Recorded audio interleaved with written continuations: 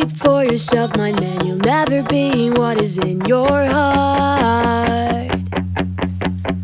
Weep, little lion. Hi guys, this is Jessica with Chapter Chicks, and I am here to do a book review over The Blessed by Tonya Hurley. I am going to be doing my book reviews a little differently. I've come to find that when I'm filming book reviews that I really don't say too much because I'm so worried about spoiling them, and they've really become kind of not fun for me to film, and I'm pretty sure that people don't watch them all the way through because I really just say like, oh yeah, the characters are really good and the story was really good, and I kind of just say the same thing if I like the book over and over again for each book. So in order to kind of diffuse that and make book reviews a little bit more fun for me to film, I am going to just talk about the book for a little bit spoiler-free in the beginning and just say whether or not I recommend it. And then after that, I am going to kind of go into a more detailed spoiler version of the review. And we tried to do this a while back, but I still only just mentioned like big things that happened. And in doing this new way, I kind of just want to say all thoughts that I feel about the book without worrying about spoilers. So I'm just going to start off by giving information about the book, then I'm going to say whether or not I recommend you read it, and then I'm going to dive into more about it. And that way, if you have read it or you don't care about being spoiled, then you can check it out. Blessed was actually released a long time ago. I don't even remember the exact year, and it was released in paperback first. And then they came out with this awesome new, beautiful hardcover edition. So I got it because I thought it was a new release, but it actually ended up not being one. But it's by Tonya Hurley, like I said, and the cover is super gorgeous. This is the reason why I picked it up. It's just so pretty. On the inside, it has another entirely different cover that you can switch, and it's kind of like the good side and the bad side. So the story is basically told from the perspective of three girls. It kind of adds in a few other characters, but really it's mainly these three girls, and their names are Lucy, Cecilia, and Agnes. The way that it makes it sound is that these girls are reincarnated saints, and in being that, they have this very doomsday task that they have to fulfill, and it makes it sound really good. It makes it sound like it's going to bring in angels and all kinds of other like saint lore, and for me it really didn't live up to the way that it sounded, and I kind of found it very hard to get through. I kept waiting for answers to be given. I'm not even holding the book, I'm just holding this. And when the answers were finally given, it wasn't really what I was looking for or what I was expecting or really worth the wait.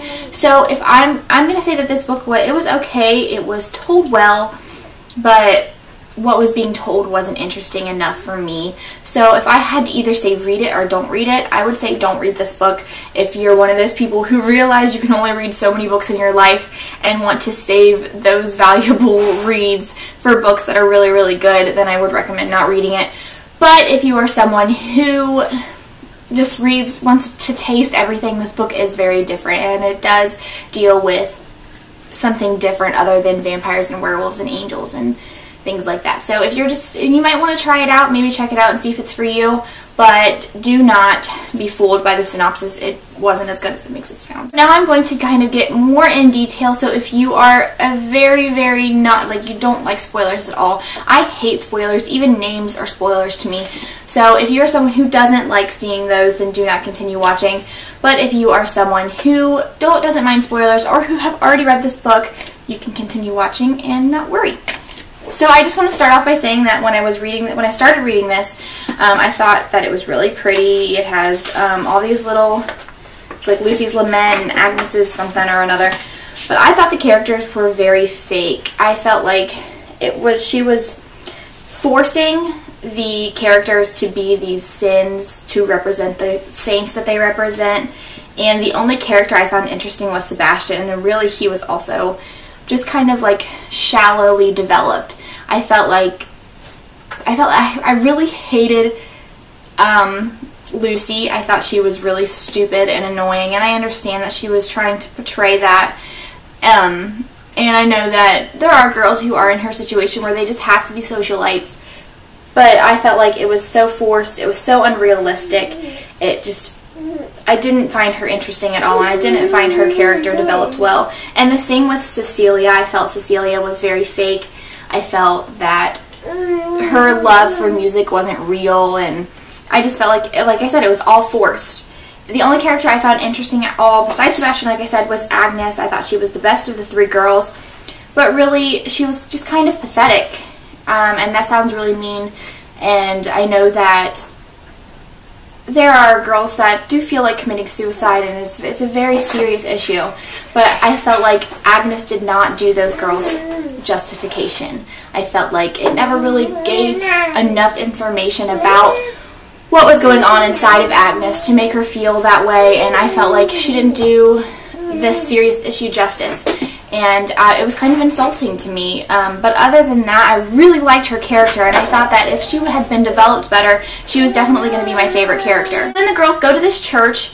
They're all just drawn there in the midst of this huge storm that no one can leave the town or the city for, leave their homes in the city. Like, that's not going to happen. Either you're going to be evacuated, and they didn't even evacuate anybody. All the families were just safe inside their homes, and I thought it was stupid.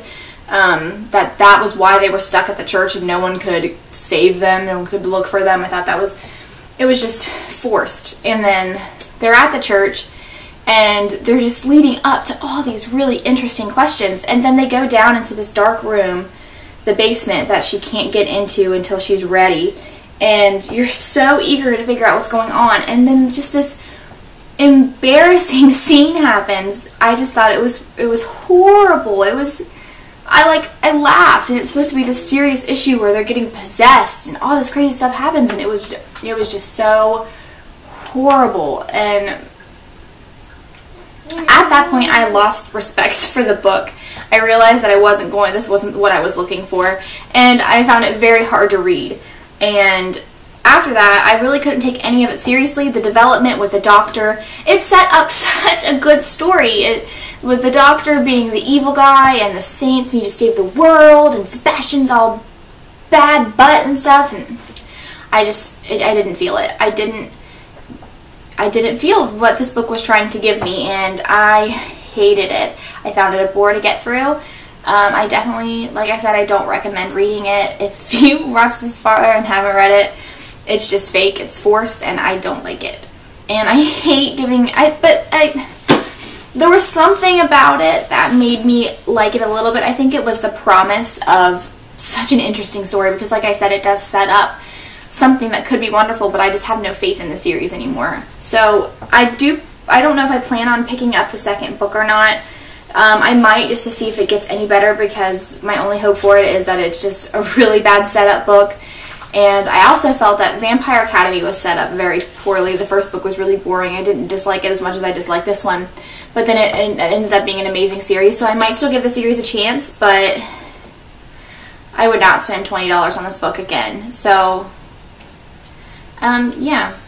I feel really bad giving a bad review, but Stacey and I have been talking a lot lately about how you can only read so many books in your lifetime, and I want to save them for ones that are good, and I do feel like I wasted a book on this one. So, yeah, if you're one of those people who worry about that, don't pick this up. And if you're not, then go ahead and try to enjoy it. I am Jessica with Chapter 6. This was my review over The Blessed by Tonya Hurley, and I hope that you enjoyed it.